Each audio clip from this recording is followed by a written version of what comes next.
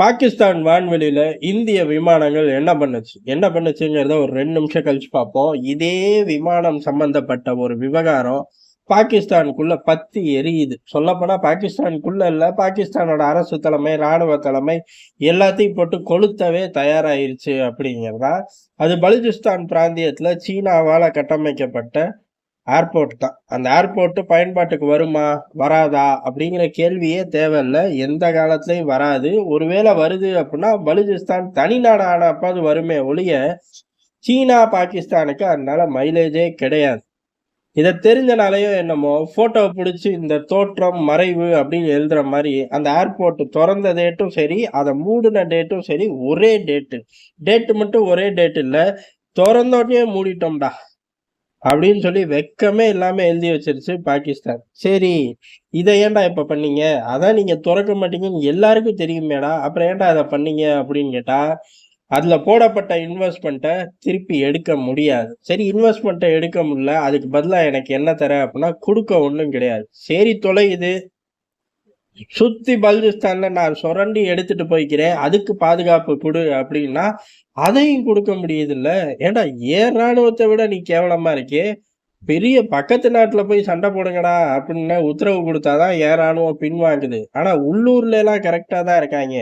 நீ வெளியூர்லயும் சரியில்ல, உள்ளூர்லயும் சரியில்ல. உன்னைய வச்சுக்கிட்டு நான் என்னதான் பண்றது? அப்படிங்கிற சாராம்சத்தோட சீனா, பாகிஸ்தான் ராணுவத்த புழிய ஆரம்பிச்சிருச்சு. இது முதல் முறை கிடையாது. நம்ம இத விளையாட்டா, வேடிக்கையா பேசினாலும் அங்க கதர்றாய்ங்க. ராணுவ தளபதி கண்ணுல ரத்தம் வராத குறை தான். அந்த அளவுக்கு சீனா விட்டு பிழியுது. ஏன்னா இது முதல் விவகாரம் கிடையாது. ஏற்கனவே இவர்களுக்கு ஆதரவா ஆப்கானுக்குள்ள எந்த ஒரு செயலையுமே செய்ய முடியல. செஞ்சு தொலைங்கடா அப்படின்னு பிரஷர் பண்ணதோட விளைவு தான் ராணுவம், உளவுத்துறை சண்டை இன்னைக்கு வரையும் ஓயாம ஓடிக்கிட்டு இருக்கு. அதுக்கு முழு காரணம் பிள்ளையார் சொல்லி யார் போட்டது அப்படின்னா, ஆப்கான்ல ஹோல்டு நான் சொல்ற மாரி எடுத்து தொலைங்கடா அப்படிங்கிற ஒரு பிரஷர சீனா குடுத்த ஆரம்பிச்ச அப்பாடு தான், உளவுத்துறைக்கும், ராணுவத்துக்குமே பாகிஸ்தான் உளவுத்துறைக்கும், பாகிஸ்தான் ராணுவத்துக்குமே பெரிய அளவுல முட்டல், மோதல் ஜாஸ்தியாச்சு. அதிலிருந்தே அந்த ராணுவம் இன்னும் வெளியில வரல. அப்படி இருக்கும்போது இந்த ஏர்போர்ட் விவகாரம், பலுசிஸ்தான் விவகாரம் அப்படிங்கிறது என்னைக்குமே இவர்களுக்கு தலைவலி தான். ஏன் அப்படின்னா, ஏதோ ஒண்ணு ப்ராஜெக்ட்ட முடிக்கணும் அப்படின்னு பிரஷர்னால நேரா ராணுவத்துக்கிட்ட வந்து பாதுகாப்பு குடு அப்படிங்கிறாங்க. அதே மாரி ஆட்கள கடத்திட்டு போறார்கள், கொல்றார்கள் அப்படின்னாலும் நேரா ராணுவத்துக்கிட்ட வந்து பாதுகாப்பு குடுங்கிறாங்க. ஆனா பாதுகாப்பு அப்படின்னு பேப்பர்ல எழுதி திருப்பி மடிச்சு அதிபர் ஷி ஜின்பிங் பாக்கெட்ல வச்சா மட்டும் தான் உண்டு. களத்துல பாகிஸ்தான் ராணுவத்தால ஒண்ணும் செய்ய முடியல. இதுநாள் வரையும் இனிமேலும் செய்ய முடியாது. அப்ப நான் போட்ட பல்லாயிரக்கணக்கான கோடி பணம் எங்க? அப்படின்னு பாகிஸ்தான பார்த்து சீனா கேட்க தான் செய்யும். பரவால்ல, அந்த நிலப்பரப்பையாச்சும் நான் சுரண்டி எடுத்துக்கிறேன்னா, அதுக்கு வழி இல்ல. பாகிஸ்தான் ராணுவம், சீன ராணுவம் யார் அங்க இறங்குனாலும் சரி, பலுசிஸ்தான்ல ஆயுதம் ஏந்திய விடுதலை படைகளும் இருக்கார்கள்.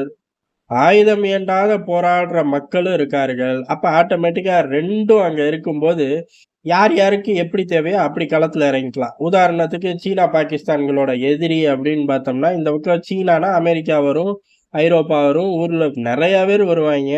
பாகிஸ்தான மையமா வச்சும் வர்றதுக்கு ஆட்கள் இருக்கு. அதுக்கு தலைமை இந்தியா ஏற்கும். இந்த மாரி ஆயுத குழுக்களுக்கும் தேவையானத பம்ப் பண்ண முடியும். மக்கள் இயக்கத்துக்கும் பம்ப் பண்ண முடியும். ஆக மொத்தத்துல அந்த இடத்துல சீனா, பாகிஸ்தானால சாதிக்கக்கூடிய பெர்சன்டேஜ் அப்படிங்கிறது 1% கூட கிடையாது.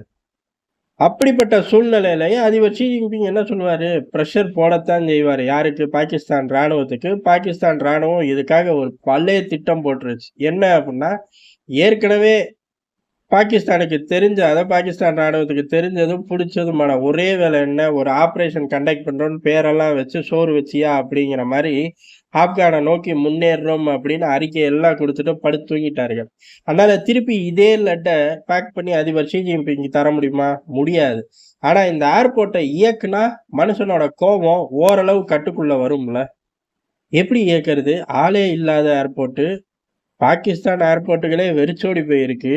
எது மெயின்லேண்ட்ல இருக்கிறது. பலூசிஸ்தான்ல எப்படி அப்படியே வந்து கொட்ட முடியும் அப்படின்னு கேட்டா, அதெல்லாம் ஒண்ணும் முடியாது. ஆனா கைமாத்த முடியுமா அப்படின்னு கேட்டா, கைமாத்துனாலும் அடிமாட்டு ரேட்டுக்கு தான் கைமாத்த முடியும். யாரு வாங்குவார்கள் அப்படின்னா, சீனாவோட இன்வெஸ்ட் பண்ண ஓமன் இருக்கு. ஓமன் போடுற பிரஷர்ல கத்தார் போன்ற நாடுகள் உள்ள குதிக்கிறதுக்கு வாய்ப்பு இருக்கு. ஆனா அடிமாட்டு ரேட்டு தான். ஆனா இந்த வேலையவாச்சும் ஆரம்பிச்சு வைப்போம் அப்படின்னு பாகிஸ்தான் ராணுவத்துல உயர்மட்ட குழு ஒண்ணு.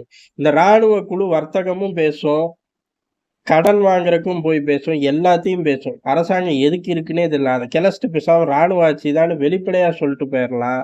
அந்த மாரி ராணுவ குழு ஒண்ணு ஓமான் போயிருக்கு. ஓமன் அரசாங்கம் இந்த ஏர்போர்ட்ட நடத்துமான்னு கேட்டா, அதெல்லாம் அது நடத்தாது. ஆனா, மத்த நாடுகள நடத்தக்கூடிய சூழ்நிலையில இருக்கக்கூடிய கத்தார் போன்ற நாடுகள கொஞ்சம் பிரஷர் பண்ணி சீக்கிரம் களத்துக்கு கொண்டு வருவார்கள். எப்படியாச்சும் இந்த ஏர்போர்ட்ட அப்படியே கைமாத்தணும். அது என்ன அடிமாட்டு ரேட்டுக்குனாலும் சரி. இல்லை அப்டின்னா அதிபர் ஷி ஜின்பிங் நடவடிக்கை எடுன்னு நம்மள பிரஷர் பண்ணிக்கிட்டே இருப்பாரு. எடுக்கலாம் முடியாது நடவடிக்கை. நடவடிக்கை எடுக்கிறோங்கிற பேர்ல ராணுவம் அந்த பக்கம் திரும்புச்சுன்னா, ஏற்கனவே நமக்காக தான் காத்துக்கிட்டு இருக்காய்ங்க. நம்ம வீட்டுக்குள்ளேயே வந்து தூக்கிட்டு போறாய்ங்க. பலூச்சிஸ்தான் பகுதிகள்ல ஹோல்ட் எடுக்க முடியாம தவிச்சுக்கிட்டு இருக்கோம். இப்ப வாண்டடா போய் தலைய குடுக்குற மாரி ஆயிரும்னு இந்த பக்கம் டைவ் அடிச்சு பாகிஸ்தான் ராணுவம் ஓடிக்கிட்டு இருக்கு. இதுதான் பாகிஸ்தானுக்குள்ள ஒரு சூழ்நிலை. இப்பேற்பட்ட ஒரு சூழ்நிலைய வச்சுக்கிட்டு தான் நம்ம கூட மோதிக்கிட்டு இருக்காய்ங்க. இப்ப நம்ம கூட மோதுறதுல எவ்வளவோ அடி வாங்கி அசிங்கப்பட்டு ஓரமா நிக்கிறாய்ங்க. அப்படி நிக்கும்போது தான் இந்திய பிரதமரோட போலந்து, அதாவது உக்ரைன் வெற்றி பயணத்த முடிச்சுட்டு இந்தியாவுக்கு திரும்பும்போது, பாகிஸ்தான் வான்வெளியில இந்திய பிரதமரோட விமானம் பயணிச்சதாக தகவல் வெளியிடுறார்கள். எந்த அளவுக்கு உண்மைலாம் நம்ம ஆட்கள் எதுவும் சொல்லல. அந்த தகவல் படி பார்த்தோம் அப்டின்னா, ஏறக்குறைய ஒரு 45 நிமிஷம் பயணிச்சதாக இருக்கு.